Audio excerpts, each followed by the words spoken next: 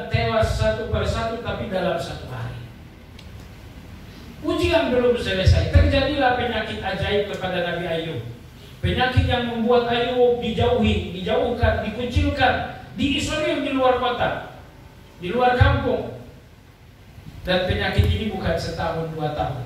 Penyakit ini selama 17 tahun berdasarkan riwayat Imam Ahmad. Perhatikan pada ayat 83 surat Al-Anbiya, apa doa Nabi Ayub. Setelah kekayaan yang lenyap dalam satu malam, setelah 10 anak yang lenyap dan tewas dalam satu hari, setelah sakit parah yang telah memakan waktu 17 tahun, apa doa Nabi Ayub? Allah berfirman, wa ayyuba idh nada rabbahu anni massani yadurru wa anta arhamur rahim. Dan ingatlah Ayub ketika ia berdoa, anni massani yadurru, ya Allah, aku dalam keadaan sakit. Wa anta arhamur rahimin, namun engkau yang paling penyayang dari semua yang menyayang. Aku disayangi istriku, aku disayangi kawan-kawanku, aku disayangi kakak dan adikku. Ya Allah, engkau yang paling penyayang dari semuanya. Engkau yang paling penyayang dari semuanya, walaupun dengan harta yang telah kau ambil dalam semalam. Engkau yang paling penyayang mengalahkan 10 kasih sayang, meski dengan anak-anakku yang kau ambil dalam sehari. Engkau yang penyayang dari semua yang penyayang, meski dengan kesehatanku yang kau cabut selama 17 tahun. Cinta jujur itu muncul. Dan Allah tidak menguji seseorang untuk menyakiti. Sekali lagi, Allah tidak menguji Anda untuk menyakiti Anda. Begitu Allah melihat Anda lulus ujian, semua yang diambil akan kembali. Maka ayat 84 dalam surat Al-Anbiya, apa jawaban Allah terhadap Nabi Ayub? Allah berfirman, fastajabna lahu fakashafna ma bihi min dur wa atainahu ahlahu wa mithlahu ma'ahu rahmatan min indina wa dzikra lil 'abidin. Kata Allah Subhanahu wa taala, kami sembuhkan penyakitnya. Kami kembali memberikannya anak, sejumlah anak-anak yang telah meninggal. Kami kembali memberikannya kekayaan, menggantikan kekayaan yang hilang. Allah menguji Anda dengan pemberian. Apapun yang diberikan oleh Allah suatu saat ini ujian.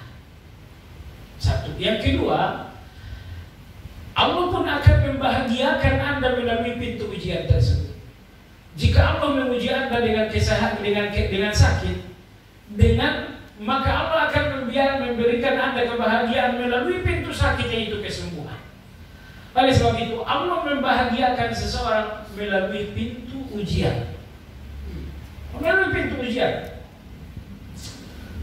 Subhanallah, kalau kita berbicara tentang Allah, tidak akan henti-hentinya, tidak akan berakhir keajaiban tentang kasih sayang Allah. Kisah berikut ini adalah sebagai penutup. Berapa lama Nabi Ibrahim alaihi salam tidak punya anak? 80 tahun dalam pernikahan tidak ada anak. Namun 80 tahun dalam pernikahan tanpa anak, apakah ada suuzon? Apakah ada putus asa? Tidak putus asa. Beliau renta, istri beliau menopause, tapi tidak putus asa. Allah melihat kesabaran, Allah melihat husnuzan. Akhirnya Allah Subhanahu wa taala membahagiakan Ibrahim melalui pintu ujian. Allah uji Ibrahim dengan anak yang tidak ada, maka Allah memberikannya anak. Karena ini adalah kebahagiaan, Allah berikan anak pertama, Ismail, seorang nabi. Allah berikan anak kedua, Ishak, seorang nabi juga. Dari Ishak Allah berikan lagi keturunan Yakub, seorang nabi. Dari Yakub Allah berikan lagi cicit Yusuf, seorang nabi juga. Dari Ismail, beberapa abad kemudian Allah berikan lagi seorang keturunan Muhammad SAW, seorang nabi juga. Jadi kalau Anda bertanya, bahagia sekali Ibrahim. Allah berikan anak-anak, cucu-cucu, semuanya nabi. Jawabannya adalah Allah membahagiakan Ibrahim melalui pintu ujian. Allah uji Ibrahim dengan anak yang tidak ada selama 80 tahun. Ujian yang sangat berat. Melalui pintu ujian ini pula datang kebahagiaan. Zakaria alaihi salam menikah. Usia 100 tahun belum punya anak juga. Ujian untuk Ibrahim tak punya anak, melalui pintu ujian ini Allah berikan kebahagiaan. Maka Allah berikan kepada Zakaria anak yang bernama Yahya, seorang nabi juga. Allah membahagiakan seseorang melalui pintu ujiannya. Apa ujian Anda saat ini? Suatu saat itu akan jadi kebahagiaan Anda. Dengan syarat nampakkan kepada Allah husnuzan. Perhatikan doa Nabi Ayub ayat 83 tadi. Ya Allah, aku sakit, namun Engkau yang paling penyayang. Dalam bahasa Arab, apa arti massa? Massa yang masuk, menyentuh. Perhatikan doa Nabi Ayub. Anni massani yadurru, ya Allah, aku tersentuh penyakit. Wahai Ayub, engkau disentuh penyakit. Sentuh itu sekejap. Padahal sakitmu 17 tahun. Sakitmu 17 tahun, namun engkau tetap mengatakannya tersentuh penyakit. Kelembutan dan kesantunan seorang nabi berbicara dengan Allah. Ingin saya katakan jamaah sekalian, apabila hati manusia telah larut di dalam sifatul jamal, maka walau dengan ujian yang membombardir kehidupan, cinta kepada Allah tidak akan hilang dengan ujian itu. Inilah Ayub.